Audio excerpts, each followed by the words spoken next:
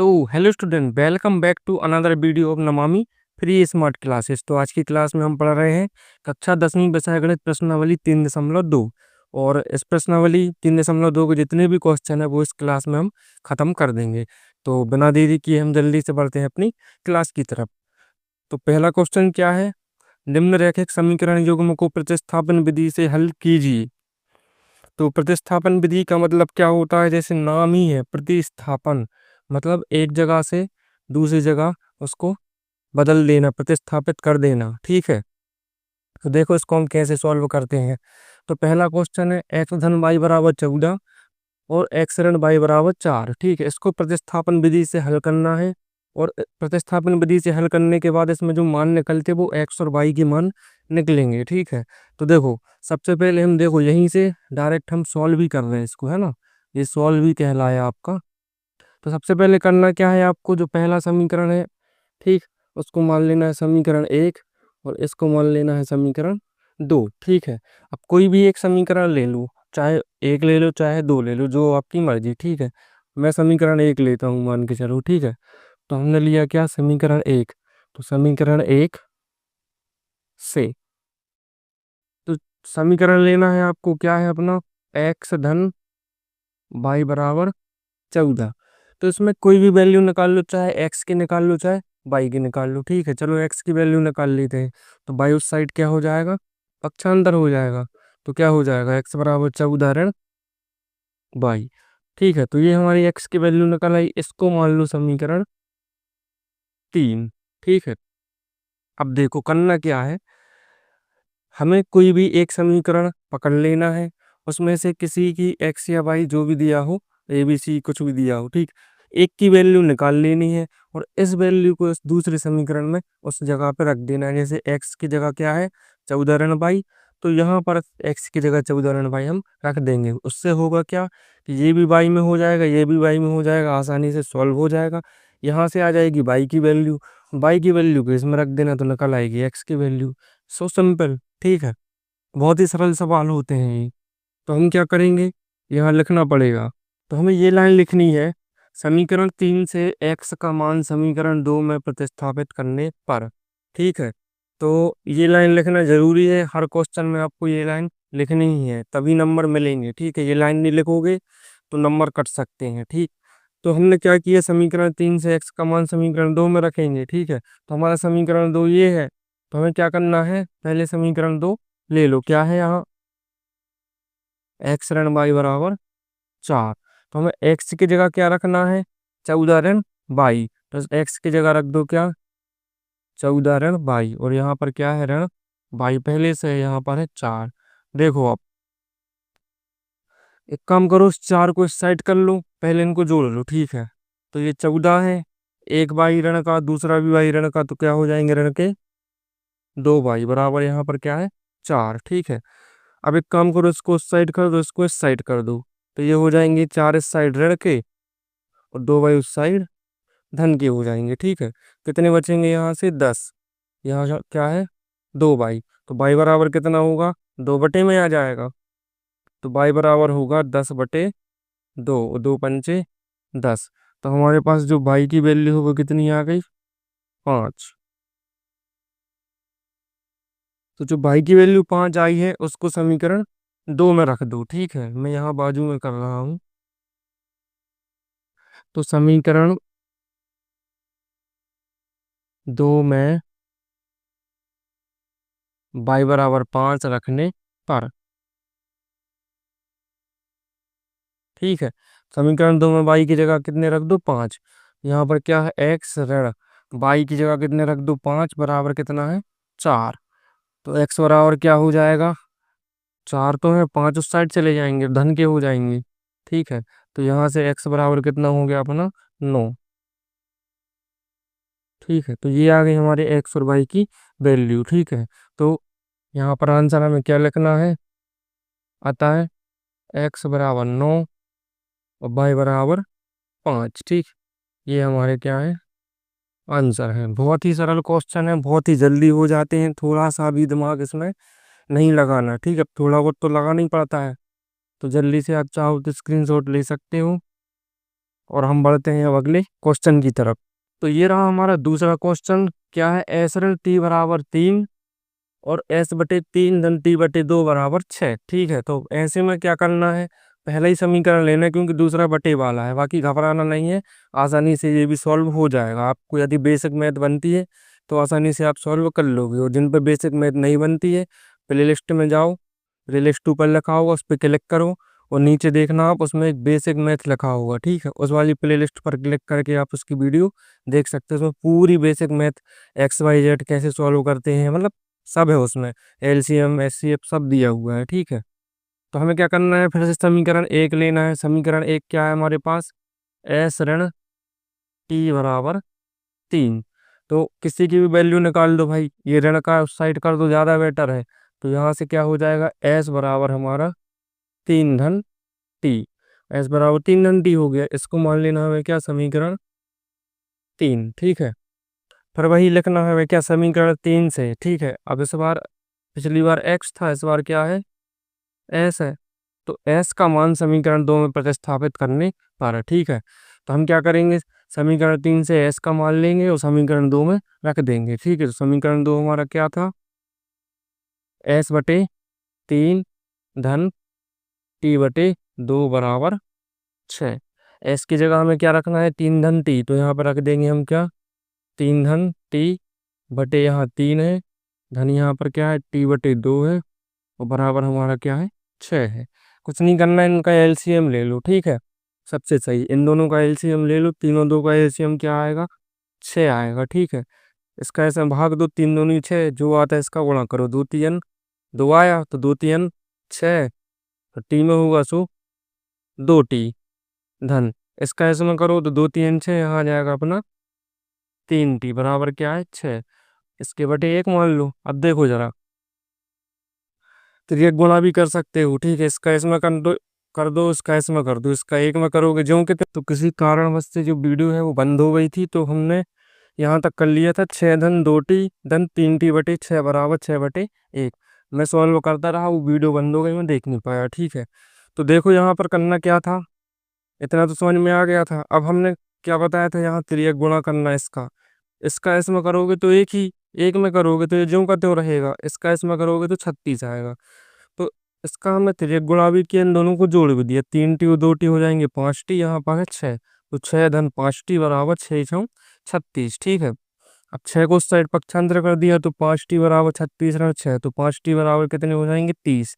ठीक है, यहाँ से काट दो, चाहे बटे में करके काट दो, तो 55 30, तो टी बराबर हो जाएंगे 6। तो टी की वैल्यू आ गई हमारी 6। हमने क्या किया, समीकरण 3 में टी बराबर 6 रखने पर इसमें रख दो, क्योंकि एस की वैल्यू निकाल ली, तो टी की जगह हमने क्या रख दिया, 6, 6 3 9। तो इस वजह से हमारा जो एस है वो 9 आ गया, और टी है जो 6 आ गया। चाहो तो स्क्रीनशॉट ले सकते हो। और अब हम बढ़ते हैं अगले क्वेश्चन की तरफ। तो ये रहा तीसरा क्वेश्चन, 3x ऋण वाई बराबर 3 और 9x ऋण 3y बराबर 9। ठीक है, इसको मान लेंगे हम समीकरण 1, और इसको मान लेंगे हम समीकरण 2। अब एक चीज देखो जरा, ये एक ही समीकरण है दोनों जगह, यदि इसमें 3 का भाग देंगे, 3 तर का 9, 3 एकम 3, 3 तर का 9, यही समीकरण बन जाएगा। मतलब ये दोनों एक ही है, मतलब जो हमने पिछली बार पढ़ा था ना, समपाती रेखा है, कि दोनों समीकरण एक होते हैं, तो वही ये बन रहा है। फिर भी इसको सॉल्व तो करना पड़ेगा। देखो जरा, तो हमने लिया समीकरण 1 से, तो समीकरण 1 अपना क्या है, 3x ऋण वाई बराबर 3। ठीक है, किसी की भी वैल्यू, वाई की वैल्यू निकाल दो, वाई को उस साइड कर दो, 3 को इस साइड कर दो, तो यहाँ से हो जाएगा 3x ऋण 3, वाई उस साइड हो जाएगा सो धन का। इसको बना लेना है समीकरण 3। ठीक है, अब समीकरण 3 से यहाँ इस बार बाई है, तो बाई का मान समीकरण 2 में प्रतिस्थापित करने पर, तो समीकरण 2 हमारा क्या है, 9x ऋण 3y बराबर 9। ठीक है, तो हमें क्या करना है, बाई की जगह ये रखना है, तो यहाँ पर क्या है, 9x ऋण 3, बाई की जगह रख दो क्या, 3x ऋण 3। ठीक है, बराबर क्या है, 9। सॉल्व करो यहाँ से, तो 9x ऋण, गुणा करो 3 तर का 9x ऋण का धन और 3 तर का 9, इस साइड क्या है, 9। ठीक है, अब 9x ऋण 9x बराबर क्या होगा, 0 होगा। ठीक है, 0 ही होगा, हट जाएगा वो, यहाँ पर 9 है, वो यहाँ पर भी क्या है, 9 है। तो इसका मतलब यही होता है कि जो ये समीकरण है, ठीक है, एक ही समीकरण है दोनों, तो इसके जो मान होंगे वो अपरिमित रूप से अनेक हल होंगे। तो हम यहाँ लिखेंगे, ठीक है, तो इनके अपरिमित रूप से अनेक हल होंगे मतलब इसमें आप एक्स की जगह कुछ भी रख सकते हो, ठीक है, एक्स की जगह कुछ भी रख दो, ठीक। तो जो हमारा ये समीकरण था y बराबर 3x ऋण 3, ठीक है, कुछ भी इसमें मान हम रख सकते हैं, एक्स की जगह एक रख दो तो 3 एकम 3, जीरो आ जाएगा, y बराबर मान के चलो, ठीक है। तो हम यदि x बराबर 1 रखेंगे, ठीक है, तो x बराबर 1 रख रहे हैं तो y बराबर क्या आ रहा है हमारा 3, यहाँ पर रख दिया हमने 1, तो y बराबर क्या आ रहा है हमारा 0, ठीक है। तो x बराबर 1 रख रहा है तो y बराबर 0 आया, 2 रखेंगे 3 दूनी 6 में से 3, 2 रखेंगे तो कितना आएगा 3 आएगा, ठीक है। 3 रखेंगे, 3 त्रिकोणों में से 3 में 6, 3 रखेंगे तो 6 आएगा। मतलब इसके कितने भी हल हो सकते हैं, लेकिन अभीष्ट हल x बराबर 1 y बराबर 0 हमने एक निकाल के दिखा दिया है, ठीक है। तो इसका भी स्क्रीनशॉट ले लो, इम्पोर्टेंट है, ये क्वेश्चन फंस सकता है, ठीक, कंफ्यूज करने के लिए सही है। तो ये रहा हमारा चौथा क्वेश्चन, ठीक है। चौथा क्वेश्चन क्या है, 0.2x धन 0.3y बराबर 1.3 और 0.4x धन 0.5y बराबर 2.3, ठीक है। यदि आपको ये दशमलव में करते बनता है तो बहुत अच्छी बात है, अगर नहीं बनता है तो क्या कर सकते हैं, आप दोनों समीकरण में 10 का भाग दे दो, ठीक है। तो यदि 10 का भाग देंगे तो सॉरी 10 का गुणा कर दो, ठीक है। यदि 10 का गुणा करेंगे तो क्या होगा, देखो ये है, इस 0.2 है, इसमें हम 10 का गुणा करेंगे तो क्या होगा, करके देख लो, मान के चलो दशमलव नहीं है, ठीक है। कितने अंक बाद रखना, एक अंक बाद, तो ये तुम्हारा क्या बन जाएगा, 2 बन जाएगा। मतलब गुणा करने पर दशमलव इस साइड से इस साइड खिसक जाता है, ठीक है, और भाग करने पर उल्टा होता है। तो 10 से यदि हम गुणा कर देंगे तो हमारा समीकरण जो है वो सरल हो जाएगा और आप लोगों को करने में आसानी होगी, ठीक है। तो हम यहाँ कर सकते हैं, ठीक है, तो इसको लिख सकते हैं, या समीकरण में 10 का गुणा कर दो भाई, सबसे सही। 10 का गुणा करने पर हमें क्या प्राप्त होगा, यहाँ पर 2x धन यहाँ पर 3y बराबर, यहाँ गुणा करोगे तो ये हो जाएगा अपना 13, इसको मान लेना समीकरण 1, ऐसे इसमें करो तो ये हो जाएगा अपना क्या 4x धन 5y और यहाँ हो जाएगा अपना 23, इसको मान लो समीकरण 2, ठीक है। ऐसा आप कर सकते हो, आसान हो जाएगा, आना आंसर वैसे ही दशमलव में वैसे भी नहीं आना, ठीक है। तो देखो जरा, समीकरण 1 ये है, समीकरण 2 ये है, हमने हमने लिया समीकरण 1 से, तो हमारा समीकरण 1 क्या है, 2x धन 3y बराबर 13, कोई भी पक्षांतर कर दो, ठीक है, इसको पक्षांतर कर दो, तो हमने कर दिया 2x बराबर 13 ऋण धन के 3, 3y इस साइड जाएंगे, काय के हो जाएंगे ऋण के, 2 बटे में चला जाएगा, तो x बराबर क्या हो जाएगा 13 ऋण 3y/2, और ये बन गया हमारा यहाँ से समीकरण 3, ठीक है। तो अब हम क्या लिखते हैं, यहाँ समीकरण 3 से यहाँ पर क्या है x, तो समीकरण 3 से x का मान समीकरण 2 में प्रतिस्थापित करने पर, तो x की जगह हमें ये रखना है, तो हमारा समीकरण 2 क्या है 4, x की जगह हमें क्या रखना है 13 ऋण 3y/2 धन यहाँ पर क्या है 5y बराबर क्या है हमारा 23, ठीक है। तो ये ज़्यादा आसान हो गया, यदि अभी भी आप इसको दशमलव में लेके आते तो आपको थोड़ा काटाकूटी करने में दिक्कत हो जाती, लेकिन जिन पे बनता है दशमलव वाला तो वेरी गुड, दशमलव में कर सकते हो, ठीक है।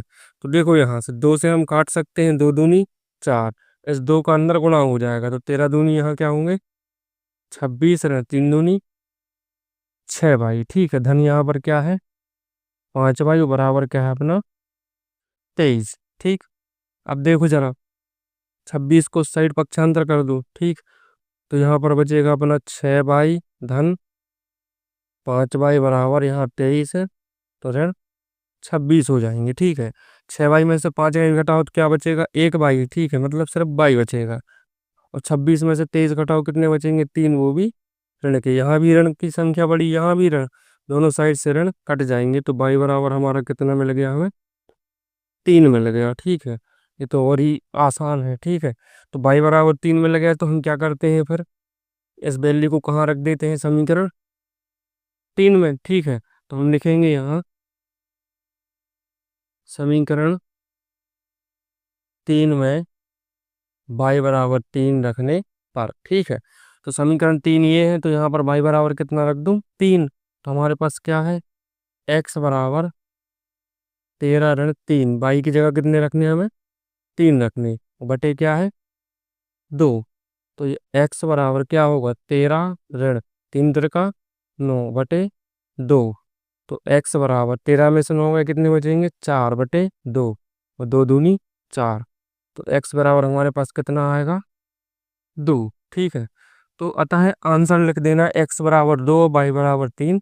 यही हमारा आंसर है। ये भी बहुत ही ज्यादा सरल क्वेश्चन है। ठीक है, इसका भी आप स्क्रीनशॉट ले सकते हो। ठीक है, और इसके जितने भी क्वेश्चन है सभी सरल क्वेश्चन है, इनको कठिन समझने की कोशिश ना करें।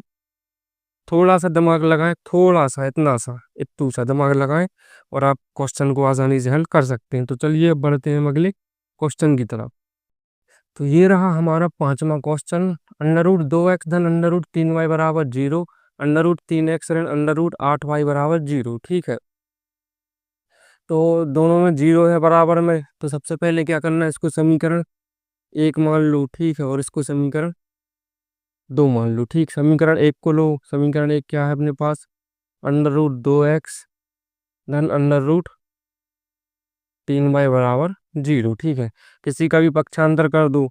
ठीक, बाई का उस साइड कर दो, तो यहाँ पर क्या बचेगा? अंडर रूट 2x बराबर ऋण के हो जाएंगे अंडर रूट 3 बाई। हमने इस बाई का उस साइड पक्षांतर कर दिया है, तो x बराबर क्या होगा? तो x बराबर क्या होगा? ऋण अंडर रूट 3 बाई बटे अंडर रूट 2। ठीक है, ये हो जाएगा हमारा समीकरण 3। ठीक, अब भाई लिखेंगे समीकरण 3 से, यहाँ पर x है तो x का मान समीकरण 2 में प्रतिस्थापित करने पर। ठीक है, तो देख लो हमारा समीकरण 2 क्या है ये, और इसमें हमें x की जगह पर क्या रखना है? अंडर रूट 3 बटे अंडर रूट 2, वो भी ऋण का। ठीक, तो रख दो, कोई दिक्कत नहीं। तो यहाँ पर क्या है? अंडर रूट 3, और x की जगह हमें क्या रखना है? ऋण अंडर रूट 3 बटे ऋण अंडर रूट 2, यहाँ बाई भी है। ठीक है, x की जगह हमने ये रख दिया, और ऋण क्या है? अंडर रूट 8 बाई बराबर क्या आएगा? 0। ठीक है, तो देखो अब क्या करना है हमें? इस अंडर रूट 3 का हमें गुणा कर देना है इसमें, ये ऊपर हो जाएगा धन ऋण का ऋण। ठीक है, अंडर रूट 3 का 3 में करेंगे तो क्या हो जाएगा हमारा? 3 बाई, और बटे हमारा क्या है? अंडर रूट 2 तो है ही। इस साइड क्या है? अंडर रूट 8 बाई बराबर क्या है यहाँ पर? 0। अब देखो जरा, जब ऐसी कंडीशन में फंस जाओ तो कुछ नहीं है, एलसीएम ले लिया करो। ठीक, कुछ नहीं है, नीचे एक कर दो, एलसीएम ले लो, सबसे अच्छा उपाय है। तो दोनों का जब हम एलसीएम लेंगे तो अंडर रूट 2 और 1 का क्या आएगा हमारा? Under root 2। ठीक है, अब अंडर रूट 2 का अंडर रूट 2 में करेंगे तो एक आएगा, तो यहाँ पर हो जाएगा हमारा 3 बाई ऋण। एक का अंडर रूट 2 में भाग करेंगे तो अंडर रूट 2 आएगा, अंडर रूट 2 का इसमें क्या हो जाएगा? गुणा हो जाएगा। ठीक है, तो जब इसमें अंडर रूट 8 में अंडर रूट 2 का गुणा होगा तो 8 दूनी 16। ठीक, अंडर रूट के अंदर ये आ जाएगा।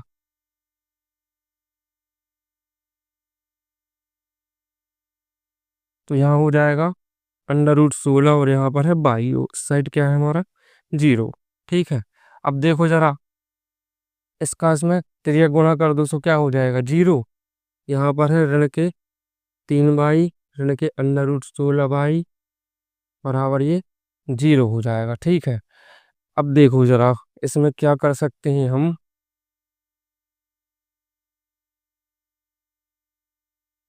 इसमें से बाई को निकाल दो कॉमन। ठीक है, तो हमने क्या किया?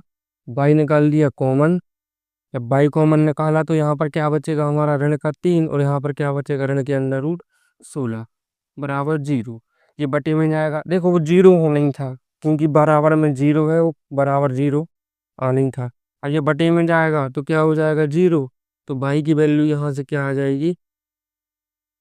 0 आ जाएगी। ठीक है, तो हम क्या करेंगे? समीकरण 3 में बाई बराबर 0 रख देंगे, तो समीकरण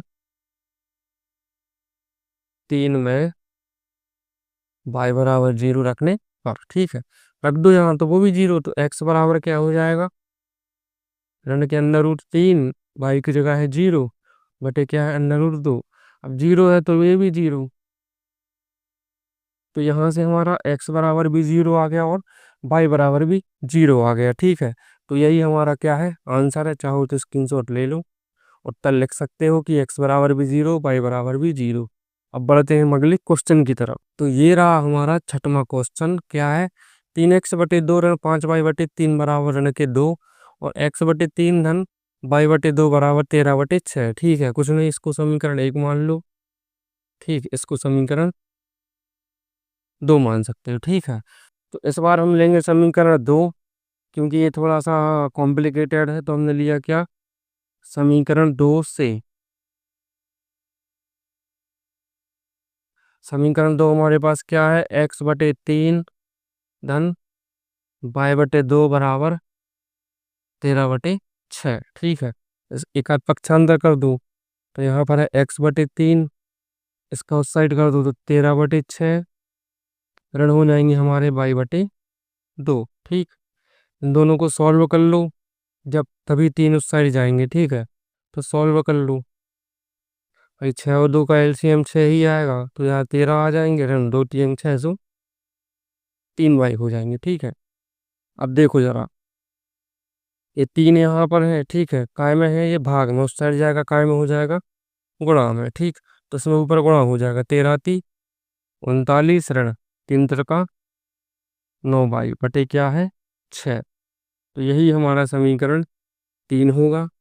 अब समीकरण 3 बन गया। अब समीकरण 3 से ये वाली वैल्यू समीकरण 1 में रखना, क्योंकि इस बार हमने क्या लिया है, समीकरण 2 लिया है। ठीक है, तो समीकरण 1 में x की जगह पर हमें ये रखना है। ठीक है, थोड़ा सा कठिन जरूर है, लेकिन आसान रहेगा। ठीक, अब देखो, तो हम वही लाइन लिखेंगे, समीकरण 3 से x का मान प्रतिस्थापित करने पर समीकरण 1 में। ठीक है, लिख लेना, आप पिछले क्वेश्चन में लिखवाई थी मैंने। तो यहाँ पर क्या है, 3।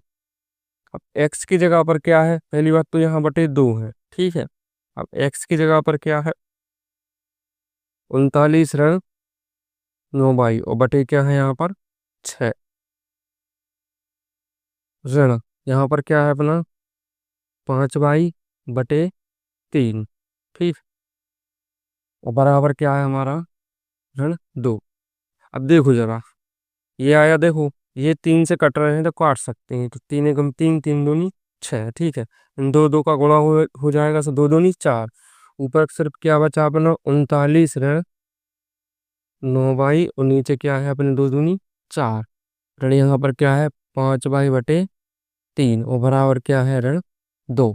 ठीक, अब क्या कर सकते हैं, कुछ नहीं कर सकते, इनका एलसीएम लेना ही एक उपाय है। ठीक है, तो इनका एलसीएम ले लो, चारों दिन का क्या आएगा 12 आएगा। ठीक है, 4 तिया 12, 3 का इसमें गुणा कर दो, तो यहाँ पर 39 का 3 में करोगे 3 नाम 27 की 60 हासिल की 2 3 3 का 9 2 11, फिर 3 आएगा। ठीक है, 3 तो था ही, तो 3 का 9 में करोगे 9 तिया 27 22 ऋण 3 चौके 12। ठीक है, 4 आएगा, तो 4 पंचे 20 22 बराबर क्या है हमारे पास ऋण 2। इसको हम बाजू में सॉल्व कर रहे हैं। यहाँ पर क्या है 117 ऋण के 27y ऋण के 20y। ठीक है, तो देखो यहाँ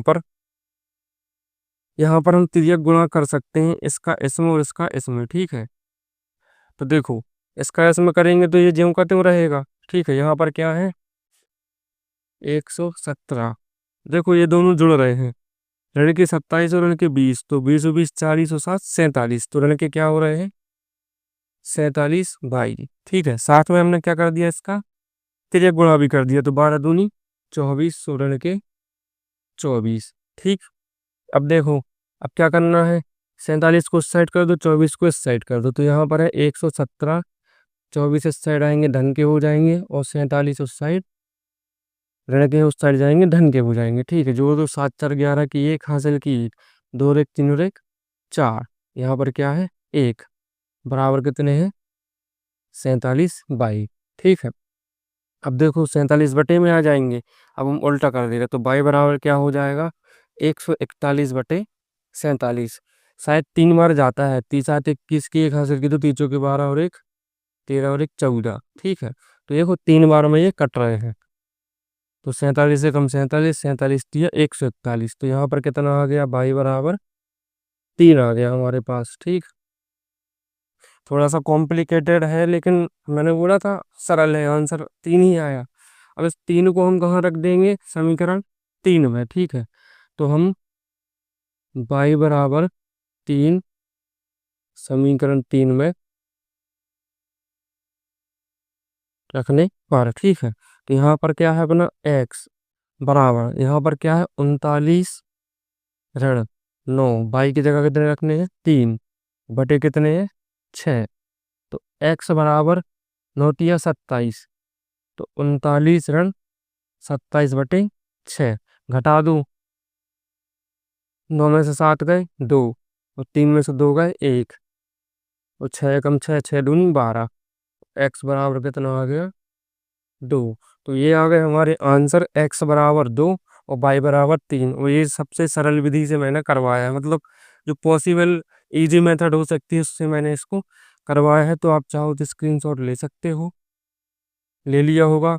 और इसी के साथ हमारा जो पहला क्वेश्चन है वो पूरी तरह से, इसमें 6 क्वेश्चन थे, वो खत्म हो चुका है। ठीक है, अब बढ़ेंगे हम बिना देरी किए दूसरे क्वेश्चन की तरफ।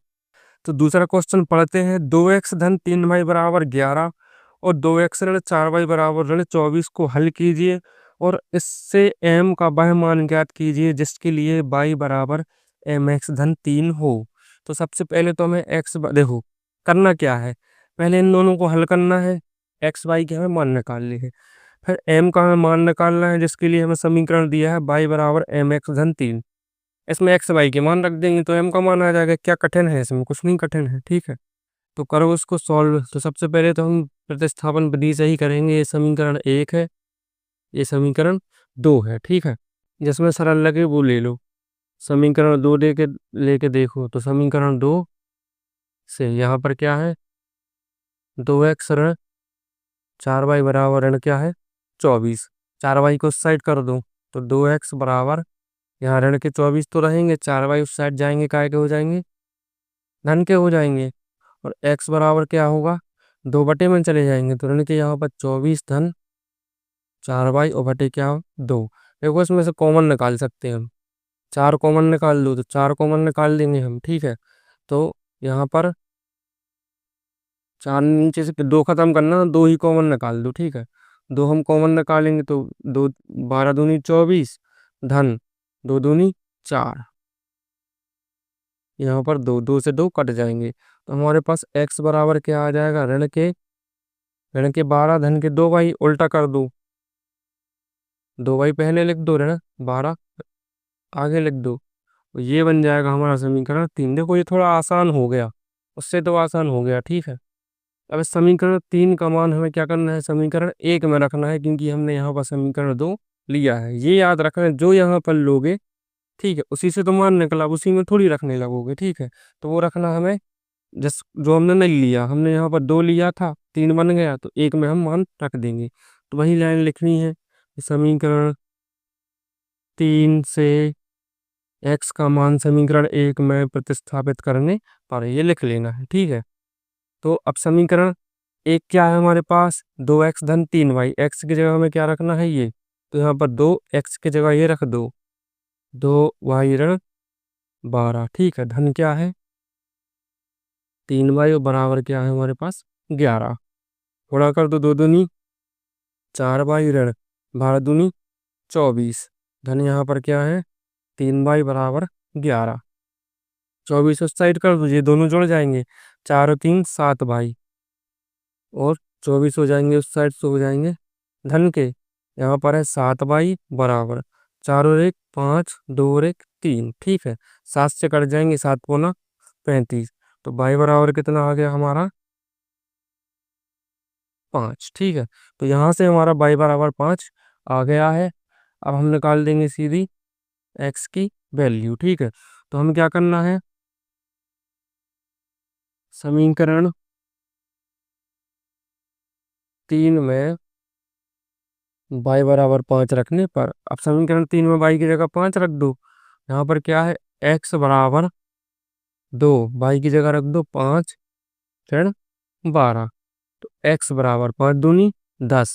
ठीक है, 10 और 12 में से 10 जाएंगे तो ऋण के 2, तो x बराबर आ जाएगा हमारे पास ऋण के 2। y बराबर हमारे पास धन का 5।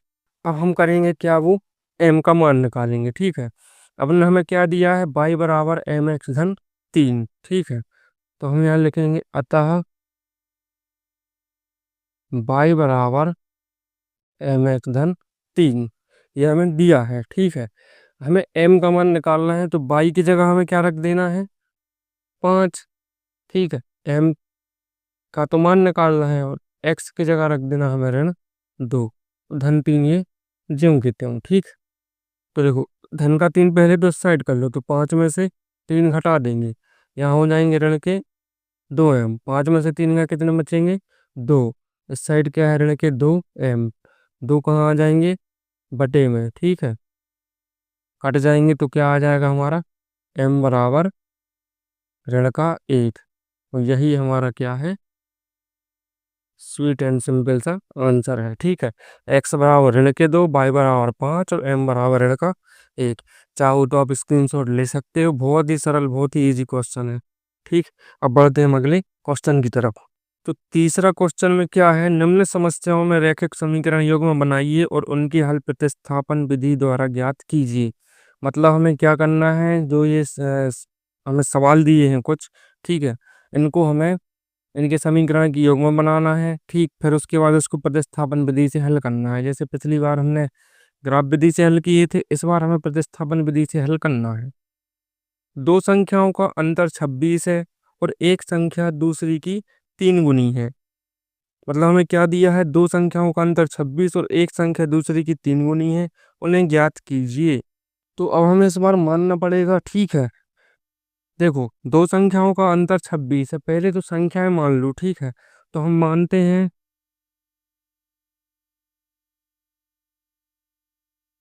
माना कि बड़ी संख्या मान लो। ठीक, तो माना कि बड़ी संख्या x है तथा छोटी संख्या y है। तो हमने यहाँ पर क्या मान लिया कि माना कि बड़ी संख्या x और छोटी संख्या y है। तो हमने क्या दिया है कि दो संख्याओं का अंतर 26 और एक संख्या दूसरी की 3 गुनी है। तो हम देखेंगे प्रश्नानुसार, अब प्रश्न क्या कहता है हम उस पे जाते हैं। तो हमारा प्रश्न क्या कह रहा है भाई साहब, तो प्रश्न अनुसार कि क्या है, दो संख्याओं का अंतर 26 है, मतलब बड़ी संख्या में से छोटी संख्या घटाओ तो उनका अंतर कितना आना चाहिए, 26। तो बड़ी संख्या हमारे पास x है, छोटी संख्या y है, इसको घटाओ तो अंतर आएगा हमारे पास 26। इसको बना लो समीकरण 1। और क्या दिया है, एक संख्या दूसरे की 3 गुनी है। अब एक संख्या दूसरे की 3 गुनी है, तो भाई 3 गुनी कौन होनी चाहिए, बड़ी संख्या होगी 3 गुनी। ठीक है, तो जो बड़ी संख्या x है, ठीक है, और छोटी संख्या की 3 गुनी है, तो देखो दोनों को हमने पहले कर दिया बराबर, कंफ्यूज नहीं होना है इसमें। ठीक है, दोनों को हमने कर दिया क्या, बराबर। अब 3 गुना कौन है, 3 गुनी क्या है ये। ठीक है, अभी ये बराबर नहीं है क्योंकि ये 3 गुनी है, तो 3 का गुणा हम इस साइड करेंगे, तो x बराबर क्या होगा अपना, 3y। इसको बना लो समीकरण 2। समझे, इसमें कंफ्यूज नहीं हुआ करना, तुम लोग यहाँ गुणा कर देते हो कि 3x बराबर 22। ये गलत हो जाएगा, इसलिए हो जाएगा क्योंकि एक संख्या वो दूसरी संख्या की क्या है, 3 गुनी है। अब हमने बड़ी संख्या किसको माना है, यहाँ पर x को। ठीक है, तो 3 गुना हमारा क्या है, x है 3 गुना। मतलब जब हमने x बराबर 22 किया था, ठीक है, तब ये बराबर नहीं थे। ठीक है, लेकिन यदि हमने इसमें देखो 3 बाई कर दिया, मतलब छोटी संख्या में 3 का गुणा कर दिया, तो ये भी 3 गुनी हो गई, ये भी 3 गुनी है, अब ये भी 3 गुनी, इसलिए ये क्या हो गई, अब बराबर हो गई। तो हमारे ये बन गए समीकरण पहला और दूसरा। अब देखो कुछ करने की जरूरत नहीं, पहले से उन्होंने वैल्यू दी है, तो हम क्या करेंगे, समीकरण 2 से x का मान समीकरण 1 में प्रतिस्थापित करने पर, ठीक है, रख दो यहाँ पर। x की जगह कितने रखने हैं हमें, 3y। यहाँ पर क्या है, y बराबर क्या है, 26। तो 3y में से एक y गया, कितने बचेंगे यहाँ पर, 2y बराबर 26। तो y बराबर कितने होंगे, 2 एकम 2, 13 दूनी 26, 13। तो y यानी छोटी संख्या हमारे पास क्या आ गई, 13 आ गई। अब इसकी 3 गुनी होगी तो 13 आनी चाहिए, चेक करते हैं। तो बाई बराबर हम किसी इसमें रख दो, समीकरण 2 में, ठीक है। तो समीकरण 2 में बाई बराबर 13 रखने पर रख दो। तो x बराबर क्या है, 3 × बाई की जगह 13। x बराबर क्या हो जाएगा, 13 × 3 = 39। लो, हमने बड़ी संख्या x मानी थी, x 39 आ गई, बाई 13 आ गई। उत्तर क्या लिखेंगे, अतः बड़ी संख्या 39 और छोटी संख्या 13 होगी। स्क्रीनशॉट ले सकते हैं। जल्दी से हम दूसरे क्वेश्चन की तरफ बढ़ते हैं। इसमें ज़्यादा टाइम खराब नहीं करना है, क्योंकि 5 क्वेश्चन 6 क्वेश्चन इसमें है, ठीक है। चलो दूसरा देखते हैं जल्दी से। दो संपूरक कोणों में बड़ा कोण छोटे कोण से 18 डिग्री अधिक है, उन्हें ज्ञात कीजिए, ठीक है। हमें क्या दिए हैं, संपूरक कोण दिए दो, ठीक है। उसमें से बड़ा कोण छोटे कोण से 18 डिग्री अधिक है। तो सबसे पहले तो हम कोण मान लेंगे, ठीक है। तो ये दूसरा है, हम मानेंगे, माना कि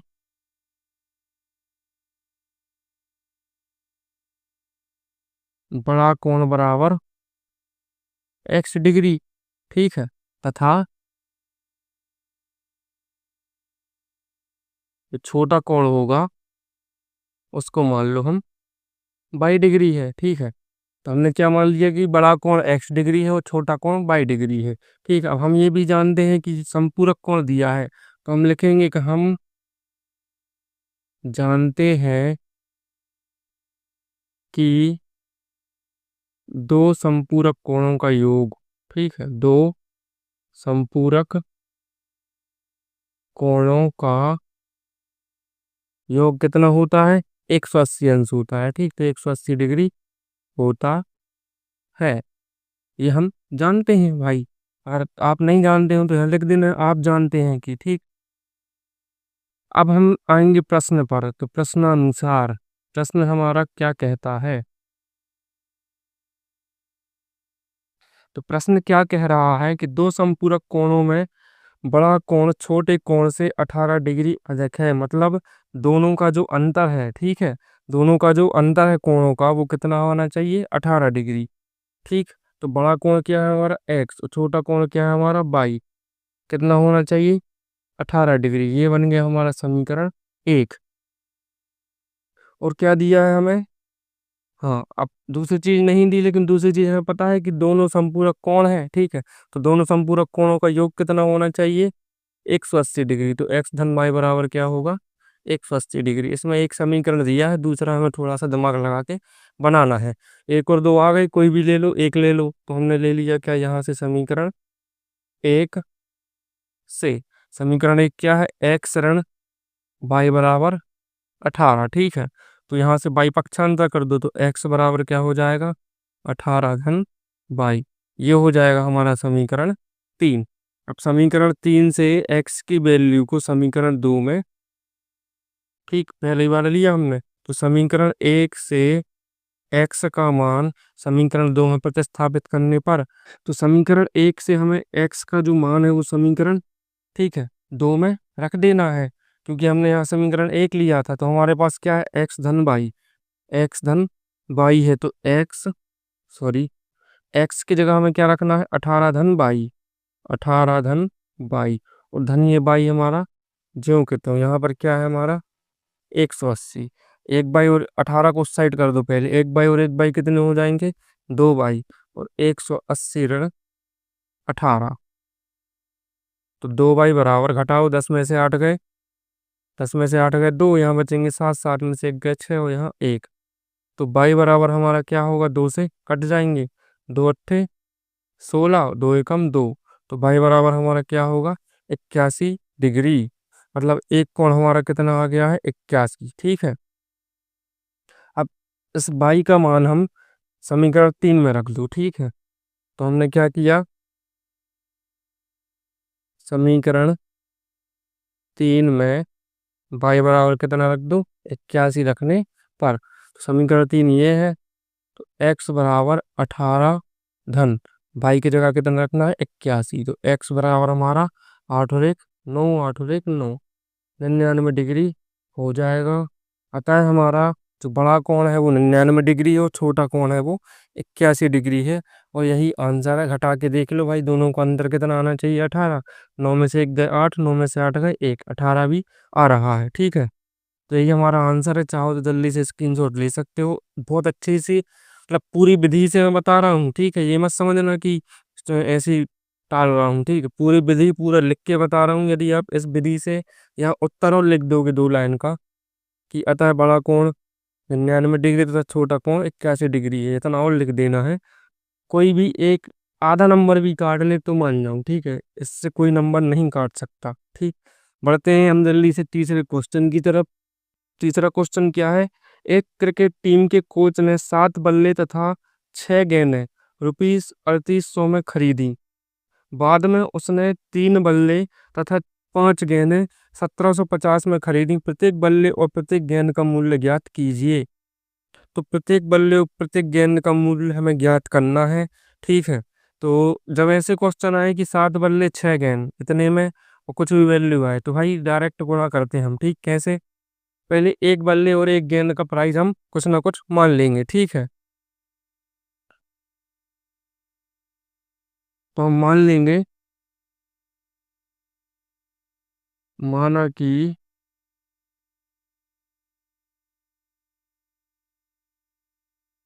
एक बल्ले का मूल्य बराबर 100 रुपये। ठीक है, तथा एक गेंद का मूल्य बराबर क्या है? 22 रुपये है। ठीक है, अब सीधा आ गया प्रश्न पर कि प्रश्न क्या कहता है। तो यहाँ लिखेंगे हम क्या? प्रश्नानुसार। ठीक है, अब प्रश्न क्या कहता है? 7 बल्ले 6 गेंद। तो 7 बल्ले और 6 गेंद, देखो एक बल्ले का हमने कितना माना? एक्स माना, तो 7 बल्ले का कितना होगा? 7x। एक गेंद का हमने बाई माना, तो 6 गेंद का कितना होगा? 6 बाई। ठीक है, और इनका प्राइस टोटल कितना दिया हमने? 3800। ठीक, तो ऐसे ही इनको सॉल्व करना रहता है। ठीक है, तो क्या दिया है? 7 बल्ले, तो 7 बल्ले यानी 7x, और 7 बल्ले और कहाँ गया? 6 गेंद है, 6 गेंद यानी 6 बाई, और इनका मूल्य में कितना दिया है? 3800 रुपये। तो 3800, ये बन गया हमारा समीकरण 1। ठीक है, और उसके बाद 3 बल्ले और 5 गेंद, तो 3 बल्ले यानी 3x और 5 गेंद यानी 5 बाई। इसका प्राइस हमें दिया है 1750। 1750, ये बन गया हमारा समीकरण 2। ठीक, वाह, वेरी इजी वाह। ठीक, अब हमें क्या करना है? कोई एक समीकरण पकड़ के, ये थोड़ा बड़ा पड़ा, ये वाला ले लो, कोई भी ले लो, कोई इसमें दिक्कत नहीं। ठीक है, दोनों में वही एक सी बलाय जो है दोनों में है। ठीक है, तो हम कोई सा भी ले लेते हैं, समीकरण एक ही ले लो। क्या है? हमने ले लिया क्या? समीकरण एक से। समीकरण एक हमारा क्या है? 7x धन 6 y बराबर 3800। ठीक है, कोई वैल्यू है बाई उस साइड पक्ष अंदर कर दो, तो 7x बराबर क्या हो जाएगा हमारा?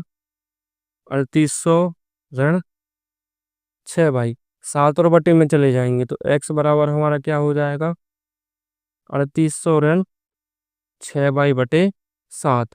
तो ये हो जाएगा हमारा समीकरण नंबर 3। ठीक है, अब हमें क्या करना है? समीकरण 3 से x का मान समीकरण 2 में रखना है। ठीक है, क्योंकि पहला हमने लिया है, तो हम यहाँ पर वही लाइन लिखेंगे जो हम लिखते आ रहे हैं शुरू से। समीकरण 3 से x का मान समीकरण 2 में प्रतिस्थापित करने पर। ठीक है, ये जरूर आपको लिखना है। लाइन लिखते रहोगे, नंबर मिलते रहेंगे। डायरेक्ट करके आ जाओगे, कोई नंबर नहीं मिलेंगे। हमें क्या करना था? समीकरण 3 से x का मान समीकरण 2 में रखना था, तो रख दो। 3x की जगह पर क्या है? 3800 ऋण 6 बाई बटे 7। ठीक, इस x की जगह पर यही था, धन 5 बाई बराबर क्या है हमारा? 1750।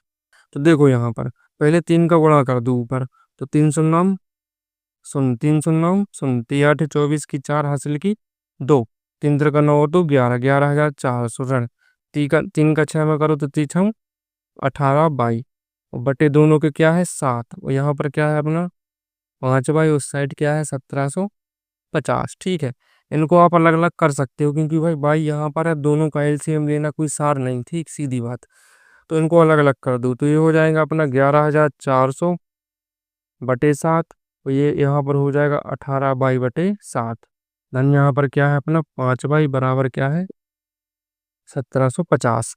इसको उस साइड पक्षांतर कर दो, ठीक है। तो यहाँ पर अपना क्या है ऋण के 18 बाई बटे 7, धन के यहाँ पर है 5 बाई बराबर हो जाएगा अपना 1750 से धन के उस साइड हो जाएंगे तो ऋण के, तो 11,400 बटे 7। ठीक है, अब क्या करो इनका एलसीएम ले लो। इन दोनों का एलसीएम आएगा कितना 7। यहाँ 7 है तो यहाँ ऋण के 18 बाई ज्यों के त्यों, धन 1 7 7 7 पना 35 बाई बराबर। अब इनका भी एलसीएम ले लो तो इनका एलसीएम कितना आएगा 7। 1 7 7, 7 का ऐसे में गुणा करो, 7 शून्य नाम शून्य, 7 पौना 35 की 5 हासिल की 3, 7 7 49 51, सॉरी 7 7 49 कितनी से 3 50 51 52, हासिल आएगी 5, 7 एकम 7 5 12। ये आएंगे अपने 12,250 ऋण। यहाँ 7 है तो यहाँ आएगा अपना 11,400। ठीक है, देखो यहाँ 7 है, यहाँ 7 है, नीचे से 7 और 7 कट जाएंगे। ठीक, तो यहाँ से कर ले रहे हम, क्वेश्चन थोड़ा सा बड़ा हो रहा है। 35 में से 18 घटाओ, ठीक है। तो 35 में से 18 घटाओ तो कितने बचेंगे हमारे पास, घटा के देख लो। 15 में से 8 गए कितने 7। ठीक है, और यहाँ बचेंगे 2, 2 में से 1 गए 1। यहाँ पर बचेंगे हमारे 17 बाई वो भी धन के। और इस साइड देखो 12,250 में से 11,400 घटाओ, 0 में से 0 5 5। ठीक, 0 में से 0 यहाँ 5, देखो 0 में से 0 गया 0, 5 में से 0 गया 5। ठीक है, यहाँ पर है कितने 2, 2 में से 4 नहीं जाएगा, कहाँ से लेंगे, तो 12 में से 4 गए तो 8। यहाँ बचेंगे 11, 11 में से 11 गए कुछ नहीं। 17 बाई बराबर 850। तो बाई बराबर कितना आएगा हमारे पास 850 बटे 17, 17 एकम 17, 17 पौना 85। तो बाई की वैल्यू हमारे पास कितनी आ गई यहाँ से 50। अब इस बाई की वैल्यू को यहाँ पर रख दो समीकरण 3 में। ठीक है, तो हम क्या करेंगे समीकरण 3 में बाई बराबर 50 रखने पर, ठीक है, तो यहाँ पर क्या है एक्स बराबर 3800 ऋण 6, बाई की जगह कितने रखने हैं 50 बटे कितने हैं 7। तो एक्स बराबर क्या होगा 3800 ऋण 6 पंजे 30, कितने बचे 300, यहाँ पर है 7। तो एक्स बराबर कितना होगा 3800 में से 300 घटाओ तो कितने बचे 3500 बटे 7, 7 एकम 7, 7 पौना 35 और 2 0। तो एक्स बराबर यहाँ से हमारे पास कितना आ गया 500। ठीक है, पूछ क्या रहे हैं प्रत्येक बल्ले और प्रत्येक गेंद का मूल्य ज्ञात कीजिए। तो हमारा आंसर क्या होगा कि आता है बल्ले का मूल्य, ठीक है, बल्ले का मूल्य बराबर एक्स, क्या माना था 500, अतः बल्ले का मूल्य 500 रुपये और गेंद का मूल्य हमारा कितना था 50 रुपये होगा। और इसी के साथ ये क्वेश्चन तीसरा भी खत्म होता है। तो जल्दी से आप स्क्रीनशॉट ले लीजिए, उत्तर लिखना मत भूलना, ठीक है, उत्तर जरूर लिख दिया करो। और अब हम बढ़ते हैं सीधे अपने चौथे क्वेश्चन की तरफ। तो चौथा क्वेश्चन क्या कह रहा है कि एक नगर में टैक्सी के भाड़े में एक नियत भाड़े के अतिरिक्त चली गई दूरी पर भाड़ा सम्मिलित किया जाता है। 10 किलोमीटर दूरी के लिए भाड़ा 105 है, 15 किलोमीटर के लिए भाड़ा 155 है। नियत भाड़ा तथा प्रति किलोमीटर भाड़ा क्या है और एक व्यक्ति को 25 किलोमीटर यात्रा करने के लिए कितना भाड़ा देना होगा। जितना कठिन ये सुनने में लग रहा है उतना ही सरल ये सॉल्व करने में है। उनका कहने का मतलब ये है नियत भाड़ा क्या होता है, मतलब यदि शहर में एक टैक्सी चल रही है, यदि आप उसको बुक करते हो तो मान के चलो वो टैक्सी वाला बोलेगा भैया बुक करने पर 5 रुपये तो लगेंगे ही, 5 रुपये तो लगेंगे ही। आप चाहे कहीं जाओ कैसा भी कर लो, 5 तो आप पहले दे दो हमें। ठीक है, एक ये नियत भाड़ा होता है, मतलब फिक्स है ये। ठीक है, और इसके अलावा चली गई दूरी पर भाड़ा सम्मिलित किया जाता है। अब मान के चलो नियत भाड़ा 5 रुपये तो लग रहा है, अब चली गई दूरी मान के चलो आप 10 किलोमीटर चले, ठीक है, 10 किलोमीटर चले। अब 10 किलोमीटर का मान के चलो, किलोमीटर के हिसाब से उसने 2 रुपये लिया, तो ये कितने हो गए? 20। तो 20 ये हो, 5 ये, तो कितना रुपये लगेगा उसको? 25 रुपये लगेगा। तो ये होता है कि नियत भाड़ा और चली गई दूरी पर भाड़ा, ठीक है। तो सबसे पहले हम क्या मान लेंगे कि माना कि नियत भाड़ा, माना कि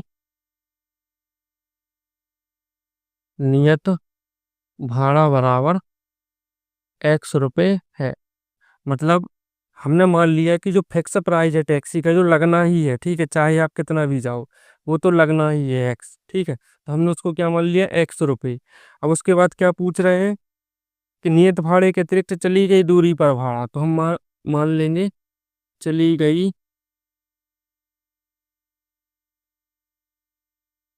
दूरी पर भाड़ा बराबर हमने मान लिया क्या?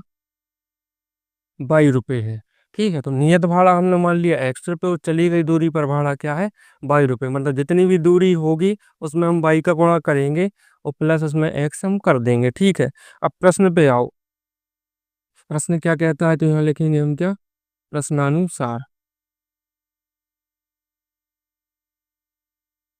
अब प्रश्न क्या कहता है कि 10 किलोमीटर दूरी के लिए भाड़ा 105 रुपये है। 10 किलोमीटर दूरी के लिए, ठीक है। तो यहाँ से ये दिमाग लगाओ, जब 10 किलोमीटर की आप दूरी तय करोगे तो आप उसको पाँच मतलब फिक्स से भाड़ा तो दोगे कि नहीं? जब 10 किलोमीटर की दूरी तय करोगे तो उसको आप 100 रुपये तो दोगे, ये फिक्स है, इतना तो आप दोगे, ठीक है। और दूरी कितनी है? 10 किलोमीटर। और 10 किलोमीटर पर चली गई दूरी पर कितना भाड़ा लग रहा है? 22 रुपये। मतलब 100 तो हमें देना ही है उसको, वो छोड़ दो, वो तो देना है, ठीक है। और जितनी भी दूरी चल रहे हैं उस पर हमें 22 रुपये देना है प्रति किलोमीटर। अब 10 किलोमीटर चल रहे हैं तो 10 22 रुपये देना होगा। तो उसमें यही लिखा है कि 10 किलोमीटर, तो यहाँ पर कितना होगा? 10 22 रुपये हम देंगे। और ये टोटल कितना बनता है हमारा? 105 रुपये, ठीक है। उसमें क्लियर लिखा है कि 105 है। तो ये हमारे यहाँ से क्या बन गया? एक समीकरण पहला, ठीक है। तथा 15 किलोमीटर के लिए भाड़ा 155 है। अब दूसरा देखो, 15 किलोमीटर जाना है तो एक्स तो आपको देना ही होगा, ठीक है। और 15 किलोमीटर के लिए हम कितना देंगे? 15 बाई, और ये टोटल कितना बनाता है हमारा? 155। इसको मान लो समीकरण 2, ठीक है। तो हमारे पास पहला समीकरण हो गया, दूसरा समीकरण हो गया। इनकी वैल्यू अब एक्स और वाई की निकाल लो। तो हम समीकरण 1 लेंगे, तो हम क्या लिखेंगे? समीकरण 1 से, ठीक है। क्या है हमारे पास समीकरण 1?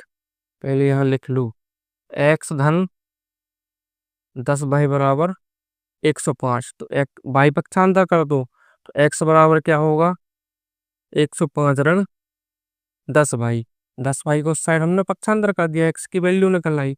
ये हो जाएगा हमारा यहाँ से समीकरण नंबर 3, ठीक है। अब वही प्रोसेस की समीकरण 3 से एक्स का मान समीकरण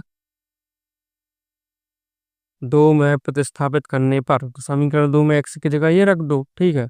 तो 105 ऋण 10 बाई धन यहाँ पर क्या है? 15 बाई बराबर क्या है? 155, ठीक है। 105 उस साइड पक्षांतर कर दो। देखो 15 में से 10 गए, कितने बचेंगे? 5 बाई। और यहाँ पर 155 है, उस साइड ये पक्षांतर हो जाएंगे तो हो जाएंगे हमारे 105। तो यहाँ पर है 5 बाई बराबर, ठीक है।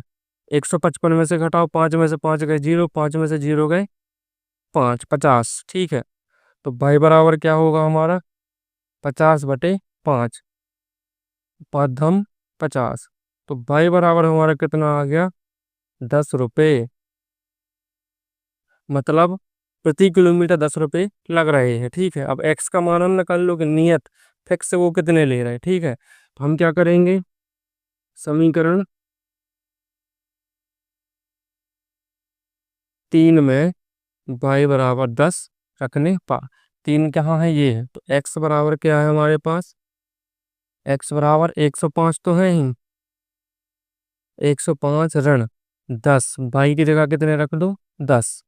तो x बराबर 105 ऋण 10 धाम 100। 105 में से 100 गए कितने? 5। मतलब 5 रुपये हमारा फिक्स है, ठीक है। अब यहाँ कर लेंगे हम यहाँ पर लिखेंगे, अतः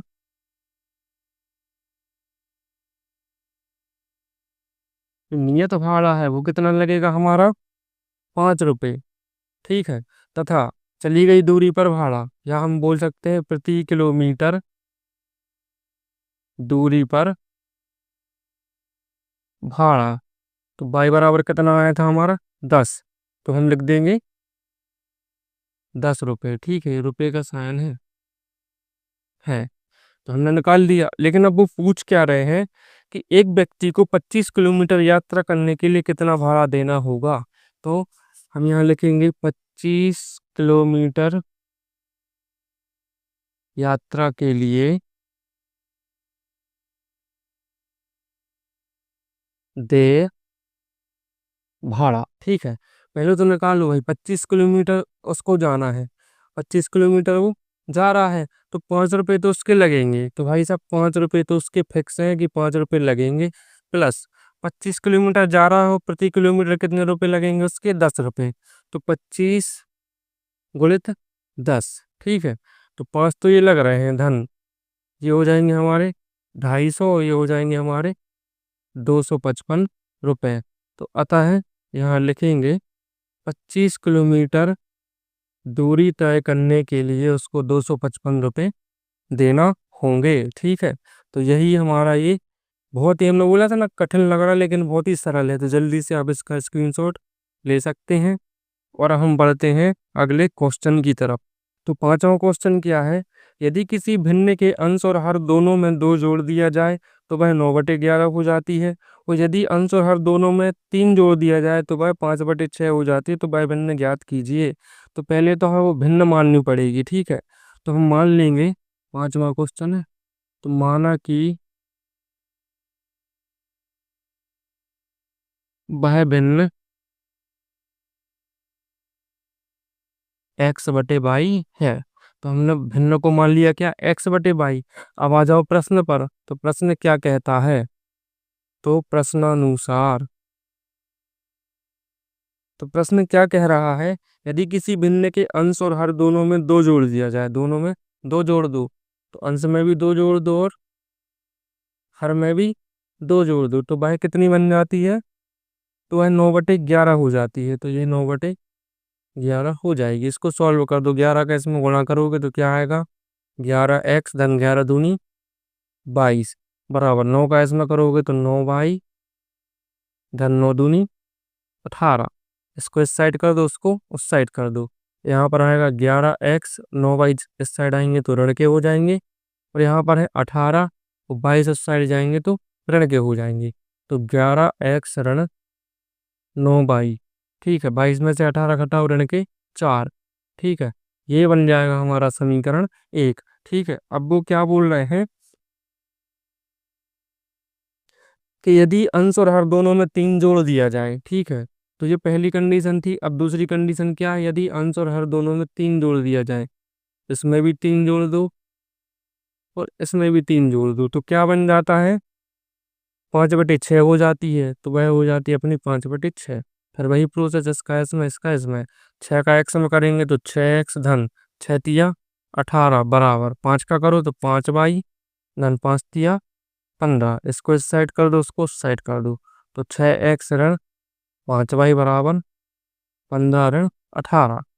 तो 6x ऋण 5y बराबर कितने बचेंगे, ऋण के 3।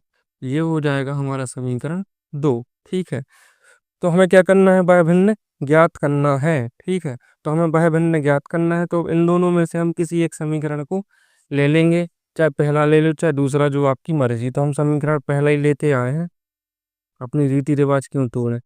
तो समीकरण 1 से, समीकरण 1 हमारा क्या है, 11x ऋण 9y बराबर ऋण के 4। किसी की वैल्यू निकाल लो, चलो x की निकाल लो इस बार। तो 11x बराबर ऋण के 4 है, 9y उस साइड हो जाएंगे, धन के हो जाएंगे। ठीक है, अब तो 11 है, बटे में कर दो। देखो यहाँ हम इसको लिख सकते हैं, नीचे एक स्टेप बढ़ा लूँ, इसको इस साइड कर दो, 9y और ऋण 4, 11 हो जाएंगे बटे में, तो x बराबर हो जाएगा हमारा 9y ऋण 4/11, और यही बन जाएगा हमारा समीकरण 3। अब वही हमें लाइन लिखनी है क्या, कि समीकरण 3 से x का मान समीकरण 2 में प्रतिस्थापित करने पर, ठीक है, ये समीकरण 1 है, ये समीकरण 2 है। हमने समीकरण 1 लिया था, तो 2 में हम उसका मान रख देंगे, ठीक है। तो देखो जरा, जगह की कमी है थोड़ी, समझो। हमारा x का मान क्या है, 9/4/11, ठीक है। और समीकरण 2 कौन सा है हमारा, ये, इसमें रखना है हमें ये मान। तो यहाँ पर क्या है, 6x की जगह हमें ये रखना है क्या, 9/4/11, ठीक है। और ऋण क्या है, 5y, सो ऋण 5y बराबर क्या था हमारा, ऋण 3, ऋण 3, ठीक है। इसको सॉल्व कर दो, गुणा कर दो अंदर, 6 51 ऋण 6 चौके 24 बटे क्या है यहाँ पर 11, यहाँ पर है ऋण के 5y बराबर ऋण 3। ये पिछले क्वेश्चन जैसा बन रहा है, मतलब पिछले की बार पिछले जो किया था हमने, ठीक है। अब देखो जरा, इनको अलग अलग कर दूं, तो यहाँ पर हो जाएगा 54y/11 अलग, ऋण 24/11 अलग, ऋण यहाँ पर 5y, इसके बटे कुछ नहीं तो 1 मान लो, बराबर हमारा ऋण 3 है, ठीक है। इसको उस साइड पक्षांतर कर दो, तो यहाँ होगा हमारा 54y/11 ऋण 5y/1 बराबर, यहाँ पर ऋण 3 है, ये ऋण के उस साइड जाएंगे तो हो जाएंगे हमारे धन के 24/11, ठीक है। समझ में आ रहा है इतना। इन दोनों का एलसीएम ले लो, तो इन दोनों का एलसीएम आएगा हमारे पास 11, ठीक है। 11 का 11 में करोगे 1, तो यहाँ पर हो जाएगा आपका 54 ऋण 1 का 11 में करो तो 11, 11 पोना, यहाँ पर हो जाएगा 55 बराबर। इनका फिर एलसीएम लो तो 11 और 1 का फिर 11 आएगा, 1 का 11 में करो तो 11, 11 तिया 33, ऋण के धन यहाँ पर क्या है 24। देखो यहाँ 11 यहाँ 11 कट जाएगा, ठीक है।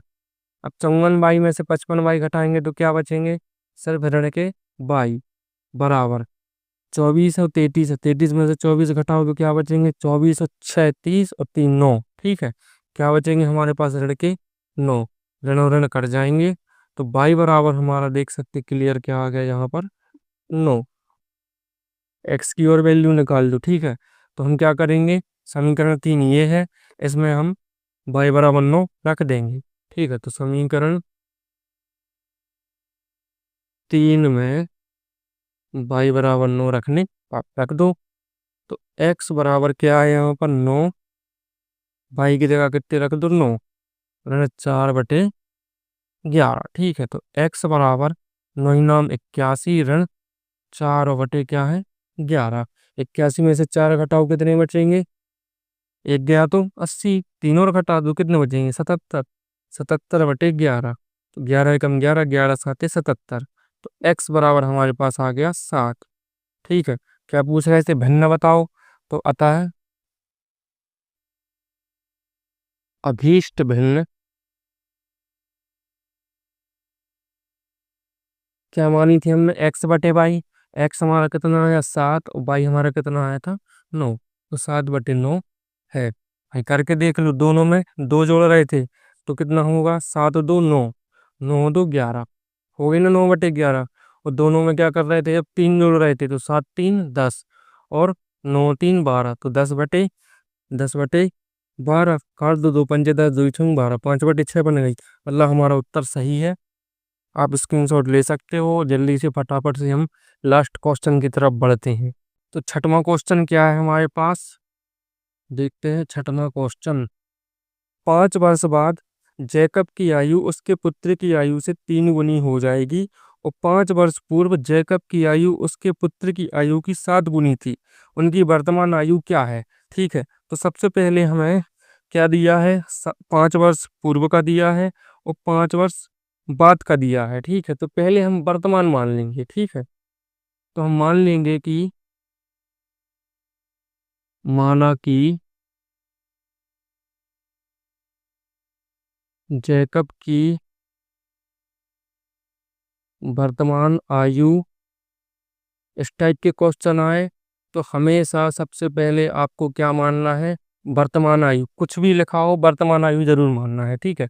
तो माना कि जैकब की वर्तमान आयु x वर्ष है तथा उसका पुत्र दिया है। हाँ, तथा उसके पुत्र की वर्तमान आयु बराबर हमने क्या मान ली, 22 वर्ष है। ठीक है, तो हमने क्या मान लिया कि जैकब की वर्तमान आयु 5 वर्ष है तथा उसके पुत्र की वर्तमान आयु 22 वर्ष है। अब प्रश्न पे आओ। पहले क्या बोल रहे हैं, 5 वर्ष बाद जैकब की आयु। तो पहले निकाल तो लो कि 5 वर्ष बाद जैकब की आयु क्या होगी। तो हम यहाँ निकालेंगे 5 वर्ष बाद। तो 5 वर्ष बाद जो जैकब है उसकी आयु क्या हो जाएगी। हमने प्रेजेंट एज क्या मानी, उनकी वर्तमान आयु कितनी मानी, एक्स मानी। तो 5 वर्ष बाद कितनी हो जाएगी उसकी, एक्स धन 5 वर्ष। ठीक है, और उसकी पुत्र की आयु, तो भाई पुत्र की आयु बाई मानी तो क्या हो जाएगी, बाई धन 5 वर्ष। ठीक है, अब अब आओ प्रश्न पर। तो प्रश्नानुसार अब प्रश्न क्या कहता है कि 5 वर्ष बाद जैकब की आयु उसके पुत्र की आयु से 3 गुनी हो जाएगी। तो 2 मिनट में रिफिल कर लूं।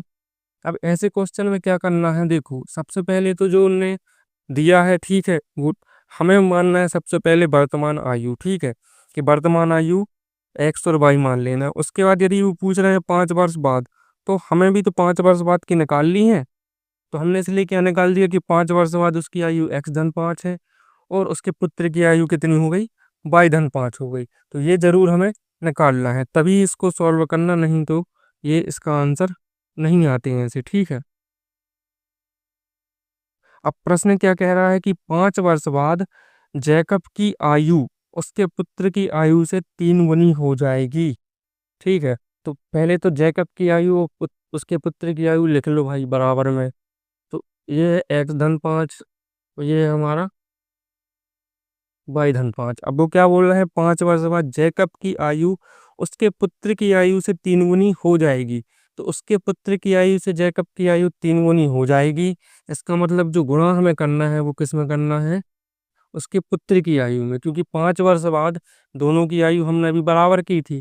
ठीक है, उसके जैकब की हो रही ना 3 गुनी, यदि जैकब की 3 गुनी हो रही तो गुणा किस में करना, इसमें। ठीक है, तो 5 वर्ष बाद जैकब की आयु उसके पुत्र की आयु की 3 गुनी हो गई। ठीक, अब देखो जरा, तो एक्स धन 5 बराबर गुणा कर दो, तो 3 बाई धन 3 5 15। ठीक है, बाई को इस साइड कर दो, 5 को उस साइड कर दो, तो यहाँ हो जाएंगे एक्स ऋण 3 बाई बराबर 15 ऋण 5। ठीक है, तो एक्स ऋण 3 बाई बराबर कितने बचेंगे यहाँ पर 10। ये बन गया हमारा समीकरण 1। ठीक है, अब दूसरी कंडीशन 5 वर्ष पूर्व। ठीक, तो पहले 5 वर्ष पूर्व निकाल लो कि 5 वर्ष पूर्व। तो 5 वर्ष पूर्व जैकब की आयु क्या होगी,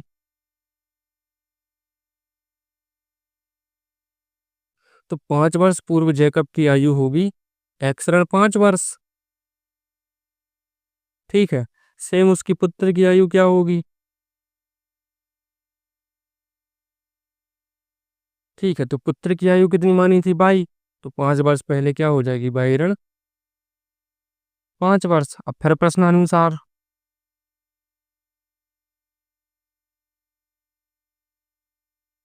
तो प्रश्न क्या कह रहा है कि 5 वर्ष पूर्व जैकब की आयु उसके पुत्र की आयु की 7 गुनी थी। तो 5 वर्ष पूर्व जैकब की आयु जो है उसके पुत्र की आयु की 7 गुनी थी।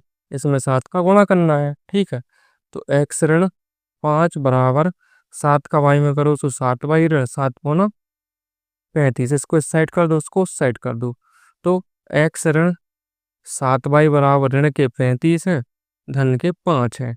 तो एक्स ऋण 7 बाई बराबर कितने बचेंगे, ऋण के 30, और ये हो जाएगा हमारा समीकरण 2।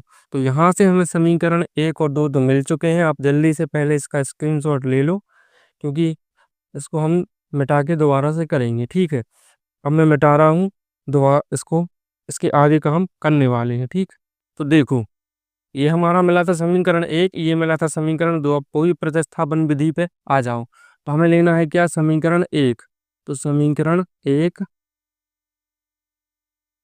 से, तो हमारा समीकरण 1 क्या है, x ऋण 3y बराबर 10। तो पक्षांतर कर दो 3y का, ठीक है, क्योंकि हमें x की वैल्यू निकाल ली। तो x बराबर क्या हो जाएगा, 10 धन 3y, और ये बन गया हमारा समीकरण 3। अब समीकरण 3 से x का मान समीकरण 2 में प्रतिस्थापित करने पर, ठीक है, तो हमें क्या करना है, x की वैल्यू समीकरण 2 में रखनी है। तो यहाँ पर x है, तो x की जगह क्या आ जाएगा, 10 धन 3y, ऋण यहाँ पर क्या है, 7y बराबर क्या है, ऋण के 30। ठीक है, तो देखो ये उस साइड कर दो, और 7 में से 3 के कितने बचेंगे, ऋण के 4y बराबर, ऋण के यहाँ पर 30 है, और धन 10 उस साइड जाएंगे तो ऋण के क्या हो जाएंगे, 10। ठीक है, तो ऋण के 4y बराबर जुड़ जाएंगे तो हो जाएंगे ऋण के 40। ऋण ऋण को पहले काट दो, तो y बराबर क्या हो जाएगा हमारा, 40/4, और 4 एकम 4, 4 घम 40। तो y बराबर हमारे पास आ गया कितना, 10। अब y का मान क्या कर दो, समीकरण 3 में रख दो। तो y बराबर 10 समीकरण 3 में रखने पर, ठीक है, तो रख दो यहाँ पर। x बराबर क्या है, 10 धन 3y, y की जगह कितने रखने हैं, 10। तो x बराबर क्या हो जाएगा, 10 धन 3 धम 30। तो x बराबर हमारे पास क्या हो गया, 30 10 40। तो हमारे पास x बराबर 40 आया और y बराबर 10 आया, तो उत्तर क्या होगा, अतः है, हमने जैकब की आयु x मानी थी, तो जैकब की आयु कितनी है, वर्तमान आयु पूछ रहे थे, है ना, तो यहाँ हम वर्तमान आयु लिखेंगे। अतः जैकब की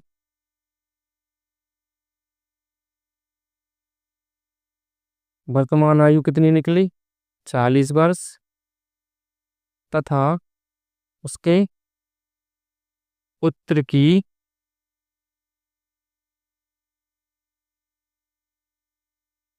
वर्तमान आयु कितनी निकली, बाई 10 वर्ष है, 10 वर्ष है। ठीक है, तो ये रहेंगे हमारे दोनों के आंसर। तो चलो ये क्वेश्चन सॉल्व हो गया है। अब चाहो तो आप इसका स्क्रीनशॉट ले सकते हो, और इसी के साथ हमारी जो एक्सरसाइज 3.2 है वो भी यहाँ पर समाप्त होती है। ठीक है, तो इसके बाद कौन सी एक्सरसाइज है, 3.3, और उसके बाद फिर ये चैप्टर हमारा खत्म हो जाएगा। ठीक है, तो भाई इतनी मेहनत से पढ़ाई है भाई, दिन भर हो जाता है एक क्लास लगाने में। यदि आप मान के चलो कि आपको वहाँ 1 घंटे की क्लास दिख रही है, ठीक है, तो समझ के चलो कि वो क्लास 2 घंटे की थी, उसको एडिट करके वो 1 घंटे की बची। ठीक है, उसको रिकॉर्ड करने में और एडिट करने में, ये समझो कि 1 घंटे की क्लास तो 2 घंटे तो रिकॉर्ड करने में लगी, फिर उसको एक दो घंटे उसको एडिट करने में समझ लो, मतलब पूरा दिन ही निकल जाता है। तो कृपया करके यदि वीडियो पसंद आई हो तो लाइक ज़रूर किया करो। ठीक है, और जो नए व्यक्ति जुड़ रहे हैं वो लोग सब्सक्राइब जरूर करें, जो नीचे लाल बटन दिख रहा है उस पर सब्सक्राइब कर सकते हैं। ठीक है, तो इसी के साथ हम मिलते हैं अगली क्लास में, तब तक के लिए बाय।